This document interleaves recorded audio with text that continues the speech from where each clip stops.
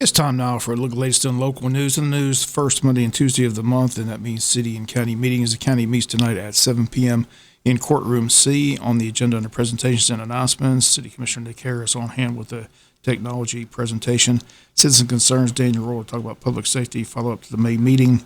Under new business, consider and approve bids for J.C. Landing Trails, consider and approve bids for a motor grader and excavator. Also appoint their voting delegate to the ACCG Reconnect Conference. Consider and approve resolutions to amend the 2021 budget. Consider and approve memorandum of understanding with the Wayne County Industrial Development Authority. Items with the administrator, items with the commissioners, executive session, all that tonight at 7 p.m. City of Jesup commissioners set to meet tomorrow night at 7 p.m. They're going to meet at the Craig Williams Community Center. Went the agenda under old business, ordinance of short-term rentals with City Attorney Michael Connor. Also amend the animal ordinance with City Attorney Michael Connor. Under new business, update on the CDBG Pine Bloom and Drive and Circle, discussion of a new cat rescue program, discussion of transparency with Bill Hutchinson, discussion request to rezone 242 South Brunswick Street from C1 to PR. Also discussion request to rezone 231 and 241 South 3rd Street from R2 to PR. Also on the agenda, discussion of gateway signage, discussion of Pocket Park at Old Chamber Lot, discussion of employee Christmas party, discussion of revised lead copper rules, approval of the bid for a semi-truck for the wastewater treatment plant, discussion of COVID vaccine incentive, and discussion of Halloween trick-or-treat date and time. Items with the city manager, items with commissioners, items with the mayor, all that set for tomorrow night at 7 p.m. at the Craig Williams Community Center. Wayne County School System released its COVID numbers for the week of September 25th to October 1st, and for the first time in months, they report 0 positive cases among teachers and employees. Again, repeating 0 positive cases for the week of September 25th through October the 1st. School's gearing up for this homecoming week, and the homecoming parade is set for Thursday of this week. Tomorrow's the deadline to sign up an entry into the homecoming parade. If you'd like to have an entry into the parade, call Mrs. Glenda Boone or Mrs. Jody Kirkland at the high school. Also call 294-1057. Homecoming parade Thursday, the football game Friday. Following young ladies on this year's homecoming court in alphabetical order: Caroline Armstrong, Bailey Banks, Tamisha Chadwick Turner, Leanna Cooper, Emily Copeland, Jules Craven, Alana Faley, Michaela Gaines, Ellie Green, C.J. Lamb, Elijah Rawls, Justice Robinson, Maggie Sluter, Graham Stanley, Maya Thomas, and Janice Williams. The Queen Her Court will be crowned this Friday night at JC Stadium during halftime of the game between Wayne County and Veterans. We'll be back with more news after this word from our sponsor, the commercial messages, so please stay tuned.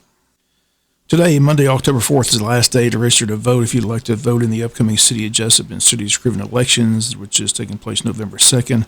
Again, the deadline to register to vote in the election is today, Monday, October 4th. If you change your name or your address since you last voted, please update your voter's file by coming into the registrar's office. Also, please note the following important changes in advanced voting location. The advanced voting location for the November 2nd election has been moved from the Wayne County Courthouse to the Craig Williams Annex Building, located at 245 East Bay Street in Jesup. Early voting is going to begin on Tuesday, October the 12th, run through Friday, October the 29th from 8 a.m. to 5 p.m.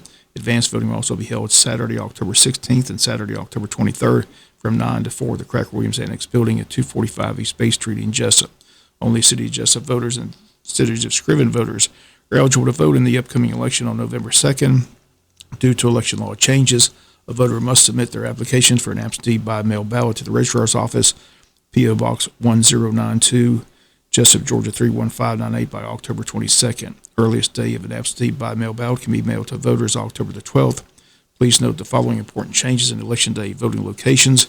Election Day voting location for Jesup City voters in District 1 and 2 has been moved from Bennett Union Church to Hall Richardson Recreation Center, located at 644 North 4th Street in Jesup. And the Election Day voting location for Scriven City voters has been moved from the Grace Community Center to the new Sam Dreyer Community Center, located at 219 Flory Street in Scriven. City of Jesup has a mayor's race, which is contested. Again, the two candidates in the race are Ralph Hickox and Tyrone Johnson. There are 3 city council races, all contested. District 2, incumbent Don Darden and Pamela Schumann on the ballot. In District 3, 2 new candidates on the ballot, Tim Cockfield and Stephanie Williams.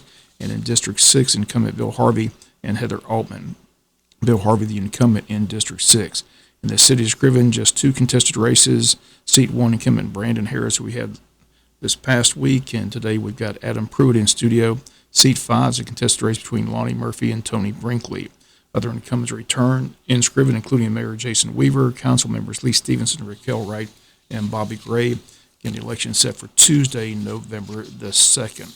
Also, tonight, beginning at 7 p.m., you can see the candidates in a virtual forum on the Wayne County Chamber of Commerce Facebook page, facebook.com/Wayne County Chamber of Commerce. Again, the chamber has interviewed the candidates in a virtual setting, and again, that virtual forum available tonight beginning at 7 p.m. on the Wayne County Chamber of Commerce's Facebook page.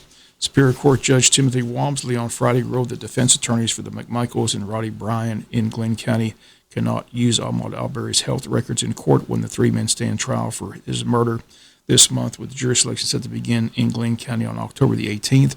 Ruling came down Friday. That's another blow to the defense team as it limits their efforts to portray Arbery as an aggressive young man with a troubled past. Judge ruled that Arbery's medical privacy, even in death, trumps the rights of the men on trial to help their case. He concluded that a registered nurse's highly questionable diagnosis back in 2018 that Arbery suffered from mental illness could unfairly prejudice the jury. The McMichaels and Roddy Bryan have all pled not guilty. They say they suspected Arbery was a burglar after he was recorded on video cameras inside a home under construction. They say they shot Arbery in self-defense. Last month, the judge ruled that Arbery's criminal record also is off limits at trial. Defense attorneys presented evidence of Arbery's run-ins with the law enforcement, including 2 arrests. Once again, Arbery's criminal past and his medical history both inadmissible when the trial begins this month in Glenn County. Once again, the jury selection for that trial gets underway October the 18th. We'll come back with some final news notes after this word from our sponsor of the commercial messages, so please stay tuned. Final notes and news. The Office of Insurance and Safety Fire Commissioner John King is partnering with the National Fire Protection Association to promote this year's Fire Prevention Week campaign, Learn the Signs of Fire Safety. This year's campaign runs from October 3rd through the 9th. It's meant to educate everyone about the simple yet important actions they can take to keep themselves and those around them safe. Commissioner John King says it's important to learn the different signs of smoke and carbon monoxide alarms. He says the goal of this campaign is to ensure that everyone in the home understands the signs of these alarms and knows how to respond. They state a continuous set of 3 loud beeps means smoke or fire. They ask you to get out, call 911, and stay out. A single chirp every 30 to 60 seconds means the battery is low and must be changed. All smoke alarms must be replaced after 10 years. They say chirping that continues after the battery has been replaced means the alarm is at the end of its life and the unit must be replaced. Again, if you need more information on Fire Prevention Week programs, activities in your town, they should please contact your local fire department. The Altamont River Folly Paddle is set for Saturday, October 30th. The 9-mile paddle on the Altamont River will begin at 9 a.m. at Williamsburg Landing on Williamsburg Landing Road. It will end at Altamont Regional Park in Glenn County. Section of the river is noted for its undisturbed beauty and its history, which includes paddling by Fort Barrington, near the site where the lost Altamont Gordonia was found in October 1765 by John and William Bartram. Registration for the event is $10. Children under 10 paddle for free with a registered adult. Registration forms and more information can be obtained on at the Jesup Train Depot or from the Tourism Board website at waynetourism.com. Online registration can be done on the tourism website, or you can register the morning of. Paddlers should drop their canoes or kayaks at Williamsburg Landing before 8 a.m. to travel to Altamont Regional Park. The shuttle will carry paddlers from the takeout point back to Williamsburg and leave Altamont Regional Park at 8:30 a.m. Once again, the date, Saturday, October 30th, in the Altamont River Folly Paddle. And the dates for the Lean Todd Memorial Rodeo is set for Friday and Saturday, October 8th and 9th. Performances nightly at 8 p.m. Gospel singing at 6:30. Cowboy Church at 7:30. Going to take place at the TNT Arena on Hortense Road in Scriven. Need more information before the date? Call 579-2419 or 256-1034. Tickets for adults $15, kids $10, under 6, admitted free. That's going to do it for latest in local news. Sports comes your way in a few minutes. Bob Morgan, have a great day.